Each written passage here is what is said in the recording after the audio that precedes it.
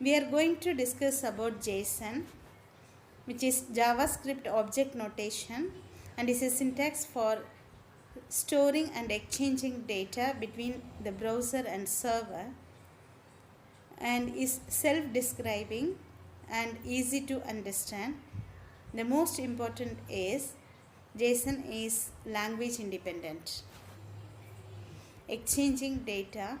When exchanging data between a browser and a server, the data should be in text.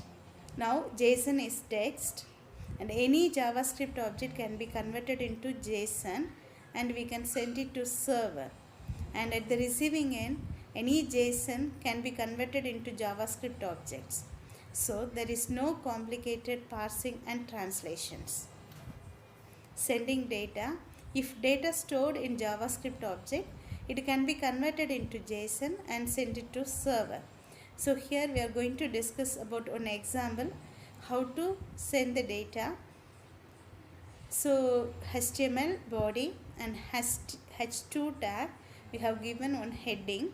Then within the script, where my object is equal to name, color, age 21. So which is JavaScript object, and we have this data name, color, age 21. And now we are going to convert that JavaScript object into JSON by using the method stringify. So where my JSON is equal to JSON.stringify of, you have to pass the JavaScript object as argument. So in this program, my JavaScript object name is my object, so I am passing it here. And then we need to, now we have converted that into JSON, and we need to pass this to server by using the next statement. Window.location is equal to demo.json.php, and question mark we have passed, that is x is equal to my JSON. So here in the query string we are passing this JSON object. So at the receiving end, by using get, you can access it and you can display it. So this is the example program. This is the output, that is color is 21 years old. And receiving data. So here we are going to discuss about the next example, how to receive the data and convert that into JavaScript object. Because while sending the data, we have converted JavaScript object into JSON. So now at the receiving end, we need to convert JSON into JavaScript object. So example, doc type HTML, HTML body, and H2 we have given some heading. Then P ID is equal to demo. For the paragraph tag, we have given the ID. Then script, where my JSON is equal to, we have given the data, that is name, color, age 21, and where my object is equal to JSON.parse of my JSON. So in this line, now we have declared one variable, that is my object, which is in JavaScript object, and JSON.parse. Parse is the method is used to convert the JSON format into JavaScript format. So we have to pass that JSON format here as an argument. So JSON.parse of my JSON. Now we have converted that and we have stored the value in my object. So document.getElement by ID of demo, which is nothing but my paragraph tag, because I have given the ID as demo, and this is the syntax to access the paragraph tag, that is document.getElement by ID of that ID demo dot inner HTML. So this is used to print something within that paragraph tag. So is equal to, we have to give that my object name, and then you just close the script tag, body tag, then HTML tag.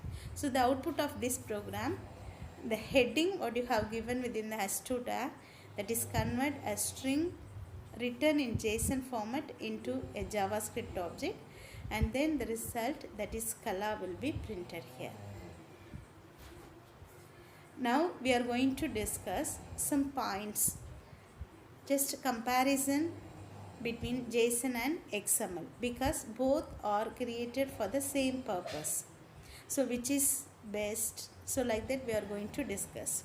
So both JSON and XML can be used to receive data from a server and send data to the server. So the following JSON and XML example both define an employee object with an array of 3 employees. So now we are going to see the JSON example. So this is the syntax: employees within the curly brace, then you just open one square bracket, you just give first name colon John and then last name Joe, then you just close the curly brace. So like that 3 employee details I want, so I have to open the corresponding curly braces and I can give the data. And the same example we can discuss in XML now. So in XML we should have the tags and customized tags, and then each XML program document should have the root element.